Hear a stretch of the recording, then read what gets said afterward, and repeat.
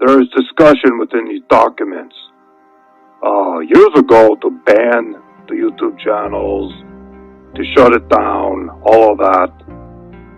But they changed course. They made a decision to do something completely different.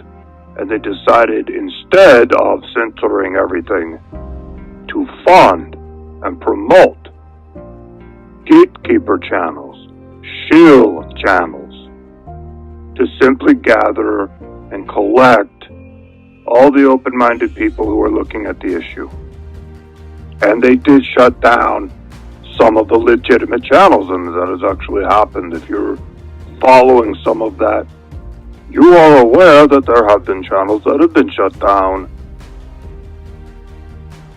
almost completely eliminated.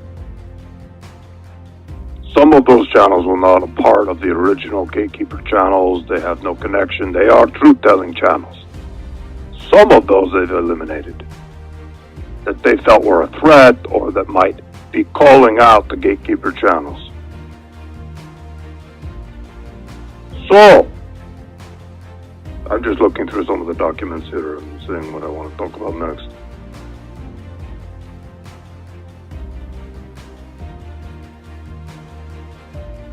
One really interesting aspect of all this is that the gatekeeper channels and the shield channels, typically these would be disinfo channels. Disinfo channels like Alex Jones, for example, has been a long time disinfo Zionist channel. Very, very active in deflecting people away from Zionism. Alex Jones talks about everything, but he never talks about Israel. So that is an active disinfo channel that's been around forever. What they created with these new gatekeeper channels is very truthful channels. They're very honest. They don't put out a lot of disinfo. They are actually legitimate. And that is done to give them credibility among these people who are awake, who are waking up. It was very specifically done, the documents to talk about that. Now I'm going to talk about what is the purpose of the whole operation, and the purpose of this is to put out truthful channels, to attract people to them. They call it tag, track, and ID. It is a term used throughout the documents, TTID. It's something you want to remember. This is very common throughout these documents. They're referred to all the time. So what does that tell you? They want to tag, they want to track you, and they want to identify who you are. If you are watching these channels, if you are informed, if you are awake on these issues, they want to tag you, they want to track you, and they want to know exactly who you are. They want to know, and it talks about the tracking people's IP addresses through YouTube. They have access to YouTube. They do know who you are. So this is discussed a lot in the documents. I'm just looking through it right now. And there are two projects, and it's very important to listen to this. Project Pogo is one of them, and Project Zypher. I will spell that one. ZYPHR. Project Pogo and Project Zypher are the two projects that the classified documents are referring to, and each has a different role. Project Pogo is about the YouTube gatekeepers, how they are all agents. They are all paid to put out truthful information so that they can tag, track, and ID the people that are watching the videos and giving them likes and giving them comments. They're tracking all of it. Project Zypher is a different project, and that's what I'll talk about in a bit. That is the second stage here. That is coming up. And that is the extermination. They're going to exterminate these people, whether it is tag them for anti-Semitic speech, charge them with crimes, eliminate them completely, and this is where I'll talk about in the documents where they talk about guillotines, viral attacks, targeted, how they're going to eliminate these people without too much suspicion, without too many people noticing. But here's the problem. As I read the documents, I can see I have documents from 4 years ago, I have documents from 2 years ago, and then I have documents from 3 months ago. So there's a progression in the timeline as the projects change. And Project Zephyr has changed. In the beginning, they were talking a lot about, okay, we are going to infect these people with a virus that imitates the flu virus. They're going to eliminate them in various ways that would not be suspicious. In the documents I have now from 3 months ago, they are saying the amount of people they have to eliminate is too large. It is too many. We are talking about millions of Americans. And this is where we see their plans are changing.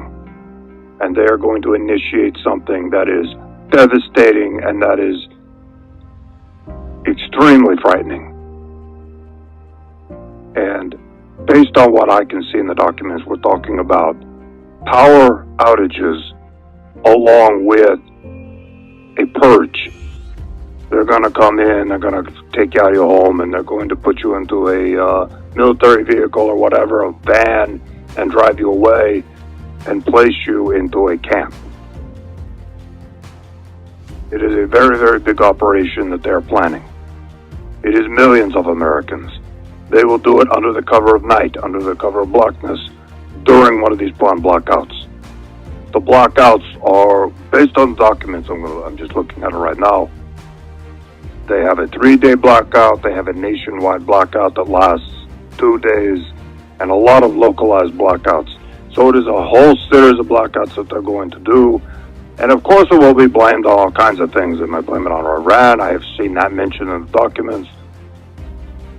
They've already prepped people for this. There are going to be more blackouts. They're already predictive programming. So we may see more of this as we go on. As far as I can tell from Project Zephyr, they are planning this next year and the year after. They are not done tagging, tracking, and identifying everyone. It looks like they're at about 78%. I looked in the documents, and there were a couple of indications of how far along they feel the project is. They're like 78% done, but they're not completely done. It does take time to identify a YouTube account and then track it to the email that it was created with, and then the IP address, and then find out who created it. It does take them a lot of time to do that. It is not instant. It does take a lot of research, because a lot of people create a YouTube account with an email address that doesn't give any indication of who they are, an account name that doesn't have their full name on it. They don't use their real pictures. So it is a challenge for them, and that's why the project has been going on for so long. But it is coming to a close. In the next 6 months to a year, it appears it is coming to a close, and that is when Project Zephyr will be initiated. So I have some notes here. I'm going to continue on, talk a little bit more about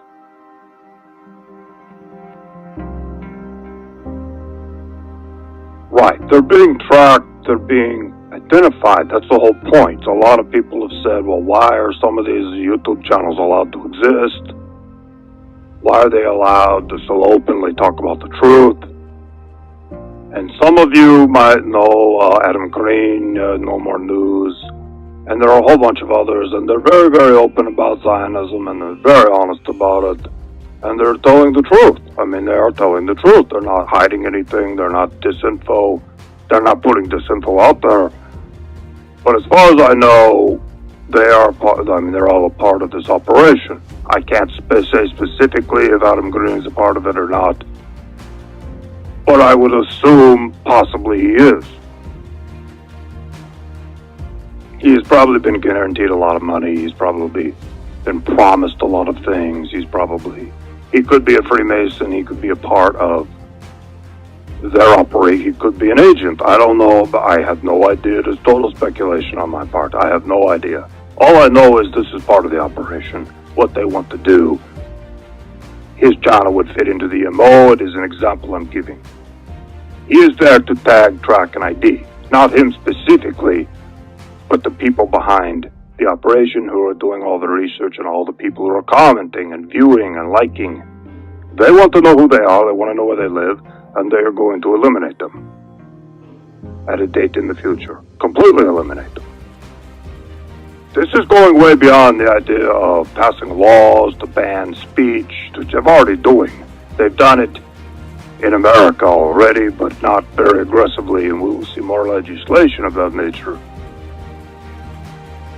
But they want to completely eliminate these people because they do stand in the way of the agenda. There are too many people that are waking up. It is way too many for them to handle. They're starting to have an influence, and they're starting to change the conversation online. It is of grave concern to Israel.